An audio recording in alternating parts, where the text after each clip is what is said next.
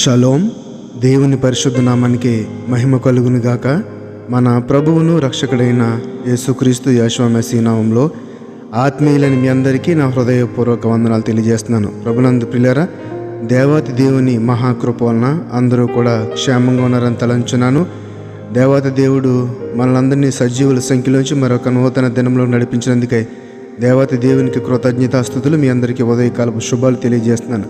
జ్ఞాని అయిన సొలొమోను రాసిన సామెతల గ్రంథము 3వ అధ్యాయం 32వ వచనంలో దేవాతి దేవుడు ఒక చక్కని మాటని ఈరోజు మనకి తెలియజేస్తున్నాడు. కుటిల వర్తనుడు యెహోవాకు అసహ్యుడు, యథార్థవంతులకు ఆయన తోడుగా ఉండును. యథార్థవంతులకు ఆయన తోడుగా ఉండును. ఎంత చక్కని మాట అంటే, యథార్థత అనగా నిజము మాట్లాడే గుణము, సత్యము, ఉన్నది ఉన్నట్లుగా చెప్పటము. అయితే అటువంటి వారే దేవునికి ఇష్టలని ఈ యొక్క మాట మనకి తెలియజేస్తుంది. యథార్థవంతులకైన తోడుగా ఉండును. అదే మాటను సామెతల గ్రంథం 11వ అధ్యాయం 20వ వచనంలో చూస్తే, మూర్ఖ చిత్తులు యెహోవాకు హేయులు, యథార్థముగా ప్రవర్తించేవారు ఆయనకి ఇష్టలు. యథార్థముగా ప్రవర్తించేవారు ఆయనకి ఇష్టలు. మొదటి మాటలోనేమో యథార్థవంతులకు ఆయన తోడుగా ఉండును అనే మాటను చూసాము. ఈ యొక్క రెండో మాటలో యథార్థముగా ప్రవర్తించేవారు ఆయనకి ఇష్టలు. ఈ యొక్క మూర్ఖ చిత్తులు అనగా ఇష్టం నోటికి ఏదొస్తే అది మాట్లాడేవారు. మనం మాట్లాడే మాట వలన సమాజంలో ఎదుటి మనిషికి ఎవరికైనా ఇబ్బంది కలుగుతుందేమో, చెడు జరుగుతుందేమో అనే ఆలోచన లేకుండా ఏదో నేను పెద్ద గొప్పవాడిని, నాకు మాట్లాడటం వచ్చినట్లుగా ఏది పడితే అది మాట్లాడటం, అది కాదు దేవునికి కావాల్సింది. నిజం మాట్లాడాలి. ఎదుటి మనిషిలో ప్రేమను పెంపొందించి ఆ యొక్క మాటలు ఉంటే కనుక దేవాదేవుడు ఎంతగానో సంతోషిస్తారు. కాబట్టి యథార్థముగా ప్రవర్తించేవారు ఆయనకి ఇష్టలు. కాబట్టి యెహోవా యొక్క మర్మాలన్నీ కూడా అంటండి ఆయన యందు భయభక్తులు గల వారికి తెలుస్తాయంట. ఎందుకో తెలుసండి, యెహోవా యందు భయభక్తులు గలవాడు యథార్థంగా ఉంటాడు, నిజం పలుకుతాడు, సత్యం మాట్లాడతాడు. కాబట్టి ఆయనకి ఇష్టమైన వ్యక్తులుగా ఉంటారు. అటువంటి వారికి దేవత దేవుడు ఆ యొక్క గొప్ప మర్మాలను తెలియజేస్తాడనే సత్యాన్ని మనము గ్రహించాలి. కాబట్టి మనం ఎప్పుడు కూడా దేవుని యొక్క వాక్యమునకు తలొగ్గిన వారముగా, ఆయన చిత్తములకు తలొగ్గిన వారముగా, ఆయన అధికారం క్రింద బ్రతికే వారముగా ఉండాలి. తప్పితే దోషములతో, అతిక్రమములతో, ఇష్టారాజ్యముగా లోకానుసారమైన జీవితాన్ని జీవిస్తూ, శరీరేచ్ఛలను అనుభవిస్తూ, లోకంలో ఎంజాయ్ చేస్తూ నేను దేవుని బిడ్డనంటే అది ఎంత మాత్రము కూడా ఆమోదయోగ్యం కాదు. కాబట్టి ఈ యొక్క మాటలోని మర్మాన్ని మనం జాగ్రత్తగా పరిశీలన చేస్తే యథార్థంగా ప్రవర్తించేవారు ఆయనకి ఇష్టలు.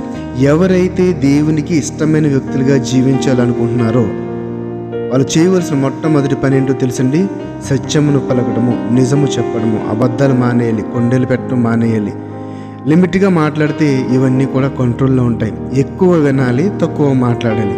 కాబట్టి యొక్క మనం కూడా పరిశుద్ధ గ్రంథంలో చూసాం కదండి, విస్తారమైన మాటల్లో దోషముండక మానదు. లొడ లొడ లొడ లొడ వాగుతూ ఉంటే ఏదో ఒకటి పడుతుంది, గట్టిగా అయిపోయింది అక్కడితోటి. కాబట్టి మన మాటలను మనము లిమిట్లో ఉంచుకొని, హద్దులో ఉంచుకొని, ఎంతవరకు అవసరమో అంతవరకు మాట్లాడితే కనుక మన మాట స్థిరంగా ఉంటుంది, నిదానముగా ఉంటుంది, ఎదుటి మనిషికి ఇబ్బంది లేనిదిగా ఉంటుంది. కాబట్టి మరి మనం యథార్థులుగా ఉంటే కనుక మనకు కలిగే ప్రయోజనం ఏంటంటే ఆయన మనకి తోడుగా ఉంటాడు. పరిశుద్ధ గ్రంథంలో ఆ లేఖనంలో పరిశీలన చేసినట్లయితే అనేక సమయంలో యుద్ధములు జరిగినప్పుడు తండ్రి అయిన దేవుడు ఆయన బిడ్డలకు తోడుగా ఉండి శత్రువుల చేతుల నుండి విడిపించినట్లుగా మనం చూసాం.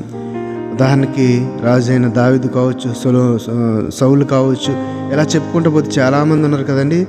అలాగే మోషే సైన్యాన్ని నడిపిస్తున్నప్పుడు ఆయన కూడా ప్రార్థన చేసి ఎన్నోసార్లు ఆ యొక్క రాజు చేతుల నుండి ఆ యొక్క అద్భుతంలో ఆశ్చర్యకార్యములు చేసి ఆ యొక్క దేవుని బిడ్డలైన ఆ యొక్క ఇశ్రాయేలీలను విడిపించినట్లుగా మనం చూస్తాం. కాబట్టి యథార్థవంతులకైన తోడుగా ఉంటాడు. కాబట్టి యథార్థంగా ప్రవర్తించేవారే ఆయనకి ఇష్టలు. కాబట్టి మనమందరం కూడా ఆ యొక్క యథార్థతను, ఆ యొక్క సత్యమును, ఆ యొక్క రుచి చూచిన వారమై ఆయన యొక్క మాటకు లోబడదాం.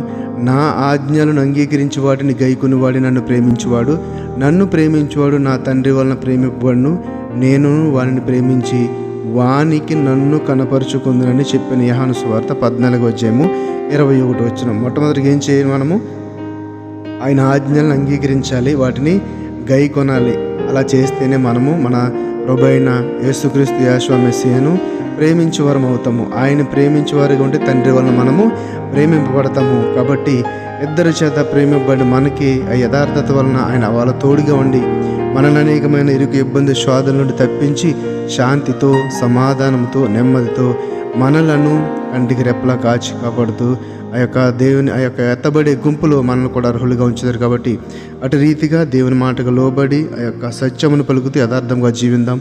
ఈ యొక్క మాటను పరిశుద్ధాత్మ దేవుడు మన హృదయాల్లో నాటింపచేసి ఫలింపచేయనుగాక. ఆమేన్. పరిశుద్ధుల మహోన్నతుడ మమ్మల్ని కన్న తండ్రి, నీ పరిశుద్ధమైన నామమునకు వందనాలు, స్తుతులు, స్తోత్రాలు. నాయనా, మమ్మల్ని ఈరోజు ఒక చక్కని మాటతో బలపరిచారు ప్రభువా. అవును ప్రభువా, మా పెదవులను మా నాలుకను కాచుకోవాలి నాయనా, హద్దులో ఉంచుకోవాలి, లిమిట్గా మాట్లాడాలి అనే యొక్క సత్యం మాకు తెలియజేశారు ప్రభువా. అవును తండ్రి, సత్యమును పలుకుతూ యథార్థముతో నీతి న్యాయ యథార్థతలు కలిగి మేము జీవించే కృపను, అట్టి శక్తిని, బలం దయచేయండి. అట్టి రీతిగా ఉంటేనే నాయన మేము మీకు ఇష్టమని ఈరోజు మాకు తెలియజేసిన స్పష్టంగా మాట్లాడారు ప్రభువా. అట్టి రీతిగా మేమందరం కూడా సత్యమును పలుకుతూ నీకు ఇష్టమైన బిడ్డలుగా జీవించి కృపను దయచేయమని ఈ యొక్క మాటను మా హృదయం అని పలక మీద రాసి తండ్రి ప్రభువా, మేము దాని ప్రకారం కృపను దయచేయమని నజరేయుడనే యెహోవా మెస్సీయ నామములో ప్రార్థన అడిగి వేడుకొనుచున్నాము తండ్రి. ఆమేన్, ఆమేన్, ఆమేన్. షలోం. అందరికీ వందనాలు. షలోం.